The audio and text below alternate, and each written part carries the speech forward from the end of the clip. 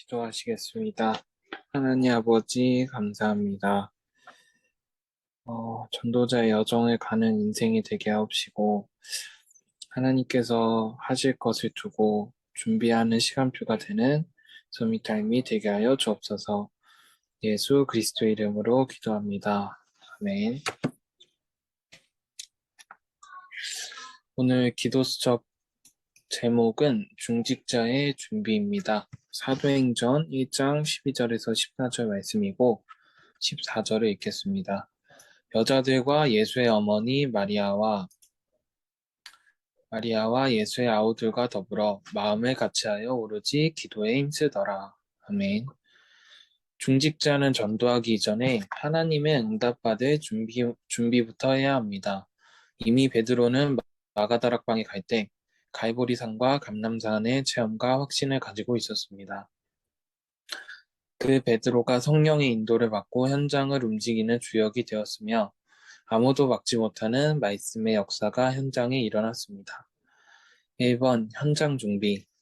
중직자들은 이미 현장 준비가 끝나 있어야 합니다. 초대교회 중직자들은 감람원에서 40일 동안 하나님 나라에 대한 설명을 들으면서 이미 현장 준비가 다 되어졌습니다. 그래서 40일이나 필요했던 것입니다. 이때 예수님은 성령 충만을 기도 제목으로 주시고 오직으로 기다리라는 기도 방법도 주셨습니다. 이것을 붙잡고 모인 곳이 마가다락방이었습니다. 이것이 전부 중직자에 의해서 준비가 된 것입니다. 2번 미션 준비. 초대교회 중직자들은 현장만 본 것이 아니라 현장에서 내가 무엇을 할 것이라는 미션 준비가 되어 있었습니다. 그래서 15나라 사람들이 모였을 때 미션이 전달되었습니다. 이 사람들에게 미션이 전달되니 장래일을 말하고 환상을 보고 꿈을 꾸는 미래를 본 것입니다. 미래를 본 사람은 모든 갈등이 답이 되며 위기가 와도 괜찮습니다. 3번 교회 준비. 초대교회 중직자들은 교회에 대한 사역 준비가 다 되어 있었습니다. 이 중직자들이 움직이니 함천 제사가 일어나고 교회가 살아났습니다. 중직자는 사도행전 2장 42절에 네 가지 답이 있어야 합니다. 사도의 가르침을 받아 예배와 말씀으로 모든 것이 끝나고 교제하며 모이는 사람들에 대한 해석이 되어 있어야 합니다. 떡을 떼며 구원에 대한 비밀이 있어야 되며 기도하기에 오로지 힘쓰니라. 이렇게 되면 자기 재산을 하나님께 기쁜 마음으로 드리게 됩니다. 우리는 하나님이 원하시는 곳에 가야 되며 시간표 보는 눈이 있어야 됩니다. 초대교회 중직자들은 시간을 보았기에 죽음도 두렵지 않았고 기쁜 마음으로 가진 것을 다 내놓았습니다. 아멘. 오늘 기도 수첩은 화요제자 온라인 훈련 2강 메시지입니다. 비록 중직자 준비라는 제목으로 주셨지만 리더 수련회도 있고 우리가 받는 말씀의 흐름상에서는 이 중직자가 우리가 앞으로 가야 될 길이므로 말씀을 좀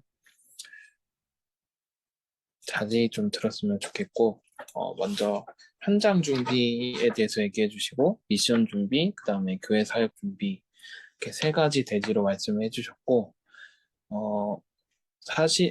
사도행전의 내용을 바탕으로 말씀해 주셨습니다. 저는 내용을 들으면서 현장 준비에서 되게 생각을 좀 많이 들었는데 현장 준비는 이미 현장에서 복음 전할 준비가 이미 되어 있는 상태라고 말씀해 주셨고 이 상태가 오직을 발견하는 것이다. 그래서 이 상태 하나님 나라에 대해서 듣고 이것을 누리는 방법이 오직이다라고 말씀을 주셨습니다. 그래서 기도 방법이 이런 것이구나 하면서 또 새롭게 들렸던 것 같고 나머지는 각자 들으면서 또 개인에게 주는 말씀을 발견하셨으면 좋겠습니다. 포럼으로 넘어가자면 저는 이번 주에 강단 말씀으로 오직 유의성 재창조의 사람이라는 말씀을 주시고, 어, 기도 제목이 처음에는 되게 확실하게 잡히지가 않았습니다. 오직 지난주에 인생의 대전환점이라는 말씀으로 내가 이제 평안을 얻었는데, 하나님께서 오직 유일성 재창조의 사람이라는 말씀을 주셨는데, 어, 뭔가 제 마음에 시원한 기도 제목이 잡히지가 않더라고요. 그래서 그냥 기도를 하다가 현장에서 제가 매일 쓰는 기도문 같은 수첩이 있는데 그거를 우연치 않게 열어봤거든요. 근데 그 안에서 제가 이때까지 했던 기도를 읽어봤는데 그 안에 있던 기도문들이 전부 다 나를 위한 기도 제목이 너무 많았던 거를 보게 되었거든요. 이번 주 화요일쯤에 이제 내가 너무 힘들어서 혹은 내가 잘 안 돼서 나에게 문제가 있는 것 같아서 모든 기도가 나에게 온 문제는 하나님이 주신 뭐 절대 시간표다 뭐 이런 식으로 억지로 포장해서 썼지만 모든 기도의 시작은 사실 나의 문제에서 시작이 되었구나 이거를 많이 느꼈습니다. 제가 스스로 쓴 기도 제목, 기도문들에서. 그래서 하나님, 내가 진정으로 회복돼야 될 거는 나의 문제를 두고 기도하는 것이 아니라 하나님께서 앞으로 나를 통해서 이루실 것에 내가 집중을 해야 되지 않냐 이런 생각이 들었는데 그런 생각이 드는 와중에서 이번 주 대회에서 자신과의 전쟁이라는 말씀 대지가 떠올랐는데 결국에는 내가 복음 누리면서도 속고 있었구나. 문제는 결국에는 나에게 온 문제가 나에게 위협이 되는 것이 아니라 말씀 안에 있지 못하는 내 자신이 문제이구나. 내가 진짜 말씀 안에 있으면은 인생의 전환점이 온 것처럼 평안한데 말씀 안에 없으니까 문제 앞에서 기도가 시작이 되고 내가 현장 살리는 전도로 넘어가지를 못하고 있구나.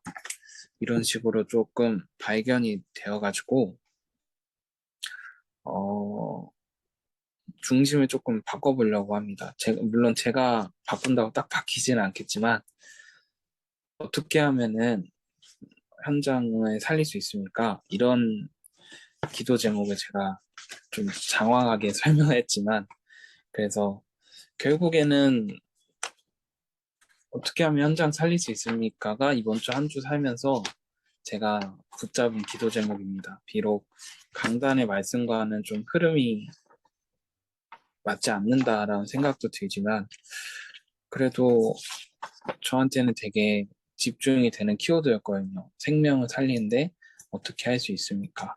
그래서 그거를 두고 이번 주 강단 말씀이 나오면은 또 답이 되었으면 좋겠고, 제가 했던 질문에 대한 답이 됐으면 좋겠고, 현장 추석 마치고 이제 현장에 가서도 현장 살리는 그런 전도가 되어줬으면 좋겠다라고 좀 사실 정리가 막 엄청 잘 되지는 않아서 두서없이 말씀을 드렸는데 이번 주 한 주 동안 제가 붙잡고 있는 기도 제목은 이러했습니다.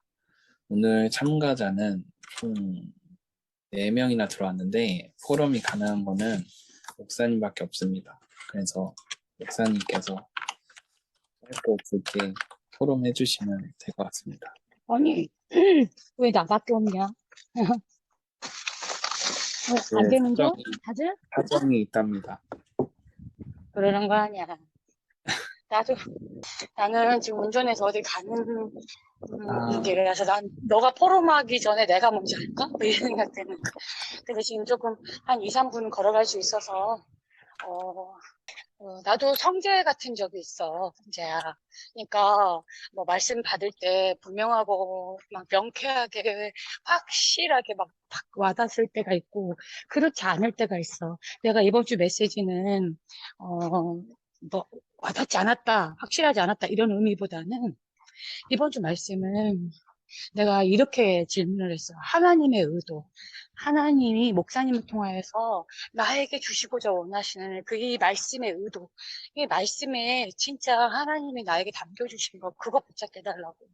나는 오직 유일성 재창조의 사람이다라고 하셨는데, 하나님, 난 하나님의 작품이잖아요. 이러면서 내가 요즘 묵상하고 있는 게 사람이야, 사람. 왜냐하면 목사님이 중요하게 말씀하시는 그 포인트, 목사님이 가장 강조하시는 그 단어, 여기에 나는 항상 꽂혀 있거든. 그게 사람이야.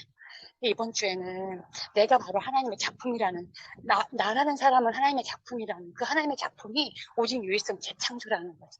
그렇게 단순하게 생각을 했어요. 그러면서 이 사람을, 그러니까 목사 이전에, 학생 이전에, 직장인 이전에, 진짜 사람으로 하나님 창조하셨다라는 거, 그게 굉장히 나한테 많은 것을 생각하게 했어요. 생각을 되게 많이 하게 하고, 그걸 묵상하게 하시더라고요. 그러면서, 때로 나도, 진짜 막 내 힘과 의지로는 안 되는 많은 어떤 것들의 일들이 와요. 막, 내 수준으로, 내 기준으로 막 하다 보면 막 흔들리고, 막 헷갈리고, 막 이럴 때가 있어요. 그런데 내가 한번 주일날도 포럼 했던 것 같아요. 제가 요즘 뜻을 정한 게 있어요. 그게 뭐냐면, 내가 진짜 바보가 될 만큼, 누가 나한테 너 바보 아니야? 라고 할 만큼 내가 순수하게, 어, 말씀 있는 그대로 붙잡겠다라는 결단을 한 게 있거든요. 그러니까, 어, 어, 뭐랄까? 그렇게 좀 의심은 아니지만 좀 이렇게 확실하지 않을 때는 오히려 되려 역으로 있는 그대로 말씀을 받을 때가 확실하게 말씀이 오더라고. 응. 아니, 내가 우리 성재가 포럼하는 걸, 진실하게 포럼하는 걸 들으면서, 나도 저랬는데, 나도 저랬는데, 이런 생각이 좀 들면서, 왠지 나누고 싶었고, 내일 기도점 말씀을 저도 이제 영상으로 이제, 어제 메시지 들으면서 같이 그냥 연달아서 그냥 다 들었어요. 근데 그때 말씀 들으면서, 진짜 어, 그러니까 영적인 세팅이 되어진 사람은 그 상태가 이미, 예, 준비가 된 상태라는 준비가 되어 있는 상태라는 거. 영적 세팅이라는 게 다른 게 아니라 바로 오직 유일성 재창조예요.